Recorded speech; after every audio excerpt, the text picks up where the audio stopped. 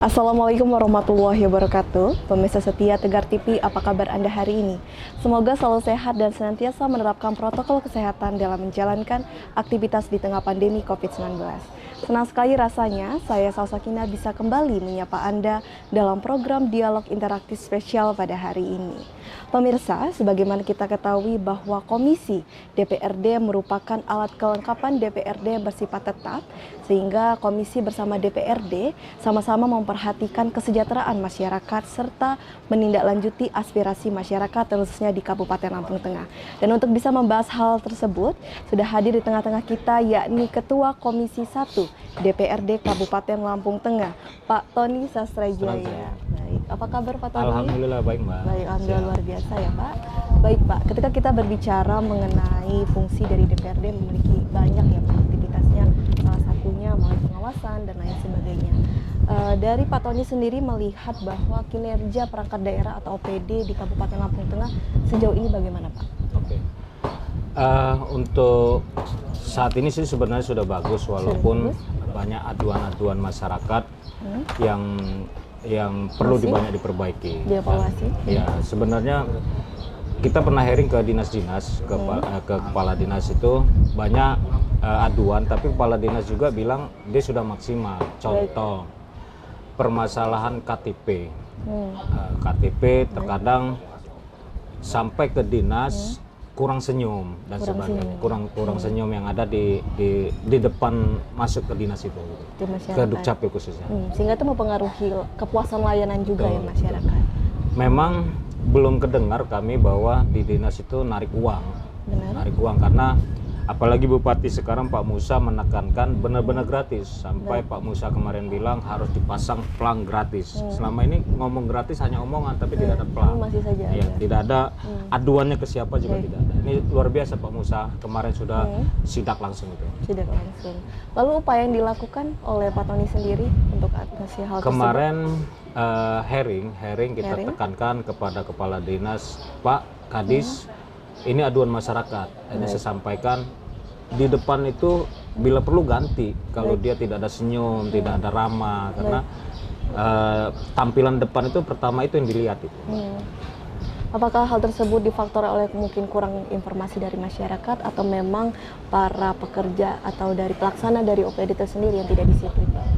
Ya mungkin masyarakat mau ngadu, mau buat laporan takut ya atau apa kita tidak tahu. Yang jelas kemarin kita sampaikan di depan itu harus senyumnya harus ada gitu Pak. Senyumnya, ramahnya belum ada gitu. Tapi mudah-mudahan kemarin sidak Pak Bupati luar biasa.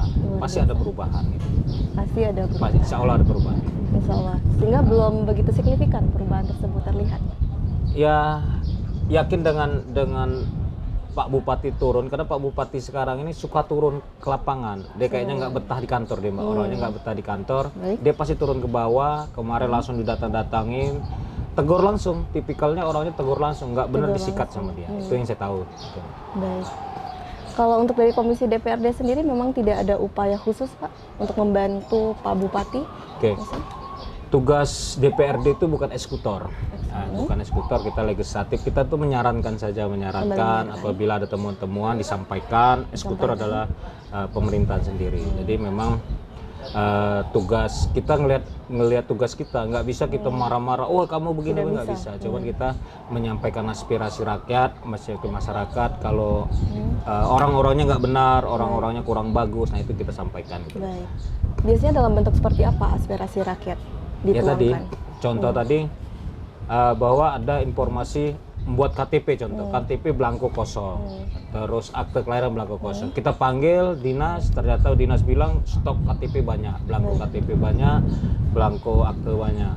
Nah itu yang kita tekankan, jangan sampai ini kosong gitu loh, bilang KTP belangko kosong dan sebagainya. Tapi ternyata ada. Kita sampaikan kepada masyarakat, teman-teman DPRD juga menyampaikan kepada masyarakat bahwa belangko ini ada gitu. Itu yang permasalahan biasanya belangko kosong dan sebagainya. Tapi alhamdulillah pengakuan dari kepala dinas, belangko stok banyak karena belangko itu gratis, masyarakat juga harus gratis. Harus gratis. Apakah ada kendala lain Pak selain administrasi kependudukan yang sering ditemui di lapangan?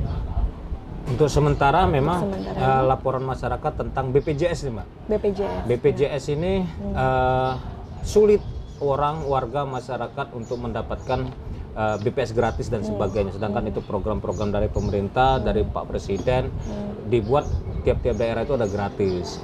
Dan Dukcapil itu terkadang NIK di KTP itu tidak terdaftar, tidak online gitu. Nah itu permasalahan lagi yang harus benar-benar dibenahi, karena kita sudah punya KTP saya, ternyata dicek online nggak aktif, sedangkan itu benar-benar KTP. Nah itu permasalahan, entah sistemnya atau apanya kita kurang tahu.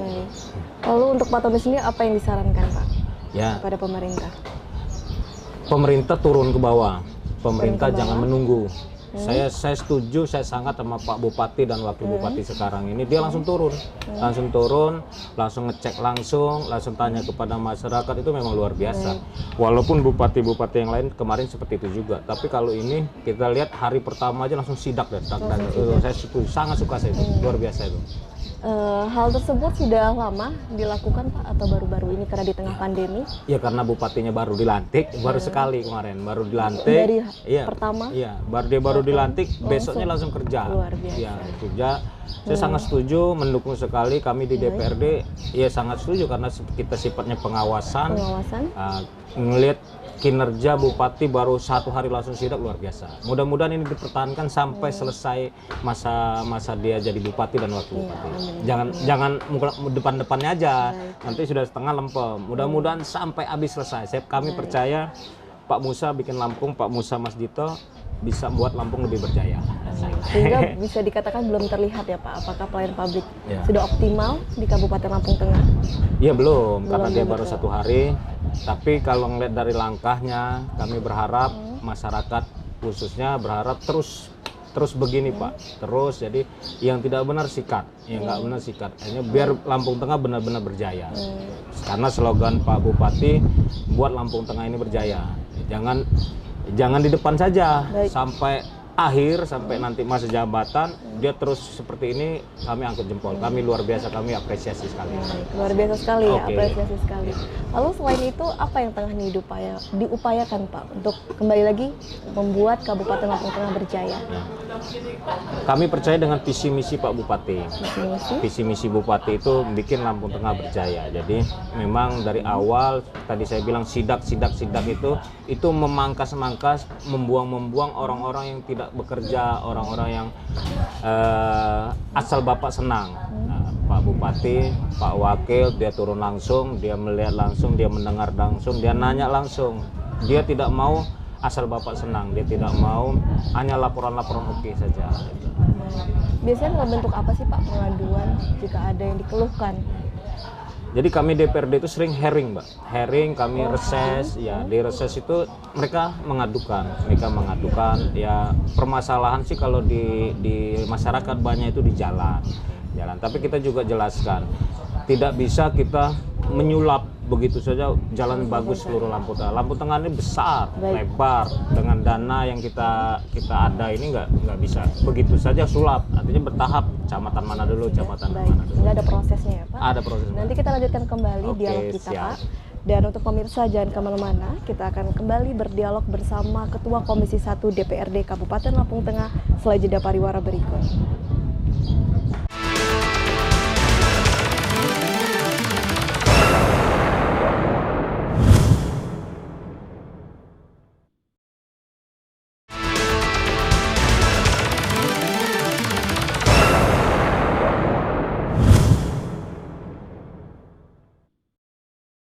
Pemirsa, Anda kembali menyaksikan program Dialog Interaktif Spesial dan saat ini kita masih berdialog bersama Ketua Komisi 1 DPRD Kabupaten Lampung Tengah. Pak Tony, kita lanjutkan kembali perbincangan kita. Tadi kita sudah banyak berbincang ya Pak mengenai bahwa ada masalah atau keluhan tetap dari masyarakat mengenai pelayanan publik. Kemudian apakah ada sanksi khusus Pak jika ditemui bahwa untuk OPD yang dinilai lalai? Kita mengacu kepada hukum acara. Nah, ini kita basicnya pengacara Mbak. Jadi alat kelengkapan, OPD dan sebagainya bila bermasalah kita akan buat laporan ke inspektorat. Kita buat inspektorat. Kayak kemarin ada yang sedikit kurang pas, menurut kami akan laporkan inspektorat gitu loh. Kami akan laporkan inspektorat, biar inspektorat yang menilai itu benar atau tidak, menghukum seperti apanya, itu tugas inspektorat, polisinya di pemerintahan. Baik, dikembalikan ke Inspektorat, ya, karena tadi DPRD bukan eksekutor, bukan DPRD yang menyalah-nyalakan. Benar atau salah, kami cuma laporan, kami adukan ke pemerintah, iya. Karena kami ini kan rekanan mereka lah. Baik, dalam bentuk pengawasan selain dari sidak sendiri ada upaya lain nggak sih Pak? Bentuk upaya lain Ya, dari tadi DPRD? selain hearing, Selain reses dan sebagainya, kami juga turun langsung karena kami tidak bisa melihat katanya. Baik. Gitu loh. Karena kan tadi saya bilang, ini kan asal Bapak senang kita khawatirnya. Kita turun langsung, benar nggak sih masyarakat tidak dipinta uang, pungut biaya, benar nggak sih masyarakat membuat apapun KTP dan sebagainya tidak apa ya, dipersulit dan sebagainya. Kalau ini memang benar, artinya benar omongan mereka. Kita nggak cuma dengar aja, kami harus melihat langsung ke lapangan itu. Apakah pandemi COVID-19 tidak menghalangi Pak untuk bentuk pengawasan seperti itu? Sebenarnya pandemi COVID itu kalau kita mengikuti aturan, kita protokol kesehatan nggak ngaruh sih, nggak ngaruh. Tidak berpengaruh ya? Yang penting kan jumlah, kita tidak boleh kerumun dan sebagainya, jarak gitu. Nah, yang penting jarak ini sih, jarak dan sebagainya, ya. Jadi selama kita protokol kesehatan kita laksanakan, itu kayaknya nggak ada masalah. Insya Allah nggak ada masalah itu. Yang penting sesuai protokol kesehatan. Kemudian untuk kebijakan anggaran sendiri Pak, mengenai pelayanan publik, khususnya administrasi kependudukan? Kalau masalah anggaran itu ada badan tersendiri namanya badan anggaran.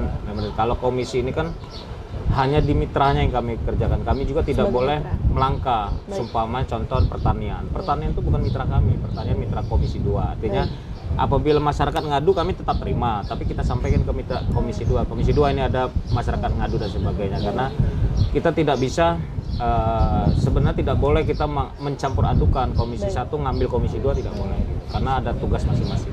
Sehingga menjadi fokus utama dari komisi 1 DPRD apa Pak? Pemerintahan, kami pemerintahan dan hukum. Jadi kami memang khusus di pemerintahan itu kayak Satpol PP juga masuk ke kita. Terus tadi tentang Dukcapil, kita BKD kita juga, Sekda kita gitu. Jadi kita khusus di pemerintahan lah, Mbak. Lalu program yang dimiliki terkait hal tersebut? Kalau program sih kembali lagi tugas fungsi aja, Mbak. Tugas fungsi bahwa fungsi kami apa, kami tidak punya program khusus. Yang jelas dari tanggal 12 Januari 2021 kemarin itu saya jadi ketua komisi, kami tiap hari akan panggil kepala dinas. Kami belum sidak. Kami panggil kepala dinas setiap satu hari satu kepala dinas. Kami benar-benar kami tanya, kami detail benar. Jadi kami tidak mau pemerintahan ini jadi jelek. Karena kami berkeyakinan pemerintahan dipimpin Pak Musa Mas Dito, kami juga harus ngimbangin. Jangan kita sebagai pengawasan kami percaya begitu saja kepada Pak Bupati, enggak juga. Kami harus benar awasi.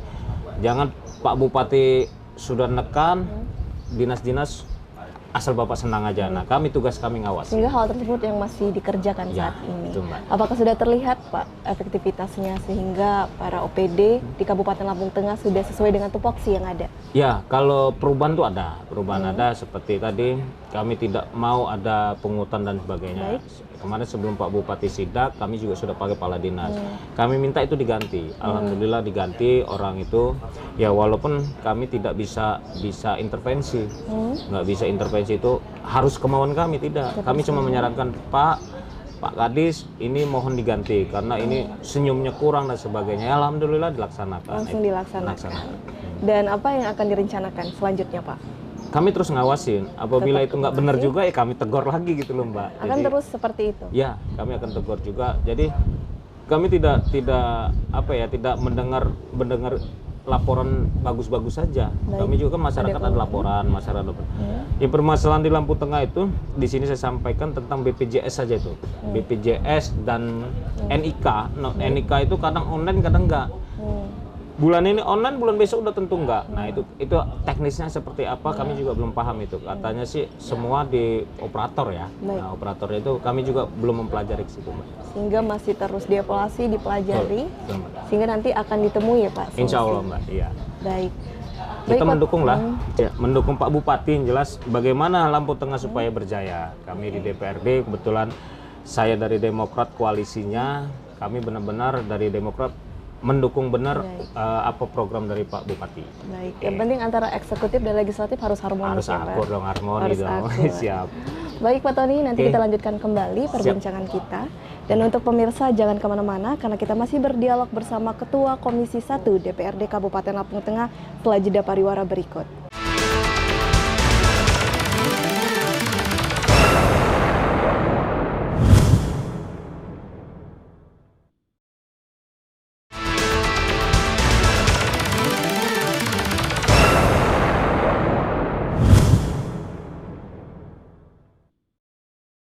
Terima kasih pemirsa, Anda kembali menyaksikan program Dialog Interaktif Spesial pada hari ini.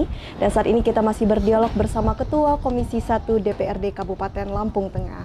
Pak Tony, kita lanjutkan kembali ya Pak. Tadi memang sudah banyak ya perbincangan kita ya Pak, bahwa memang pada intinya pelayanan publik di Kabupaten Lampung Tengah masih terus selalu diupayakan.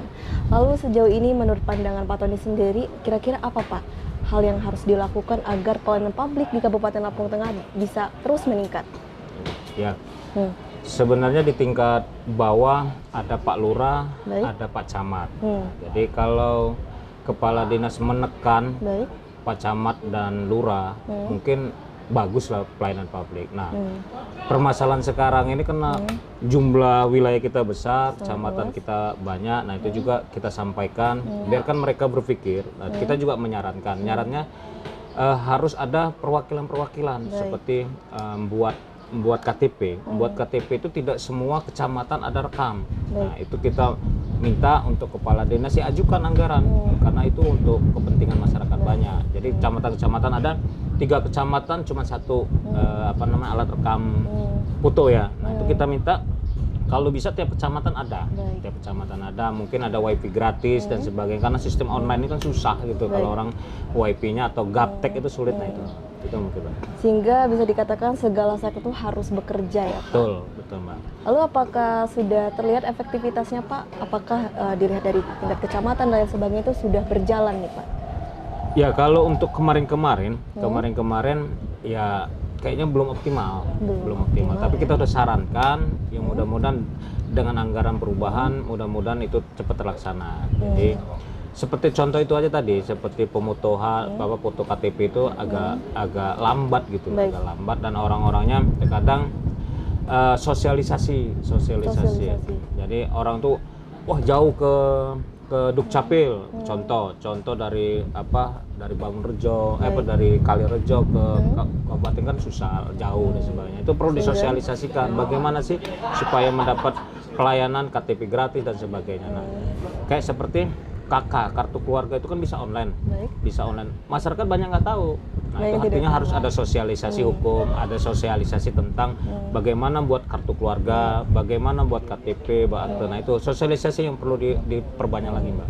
Apakah sosialisasi tersebut sudah digerakkan di Kabupaten Lampung Tengah, Pak? Ya itu baru diusulkan. Baru diusulkan. Mudah-mudahan usulan kami ke dinas diterima. Saya yakin tapi dengan Bapak turun sendiri, kepala dinas langsung ikut gerak lah. Nggak mungkin kalau Pak Bupati sudah kenceng, dinas nggak kenceng, udah lain cerita itu. Sebenarnya hal tersebut tuh bisa dikatakan menjadi salah satu faktor penghambat, tidak Pak?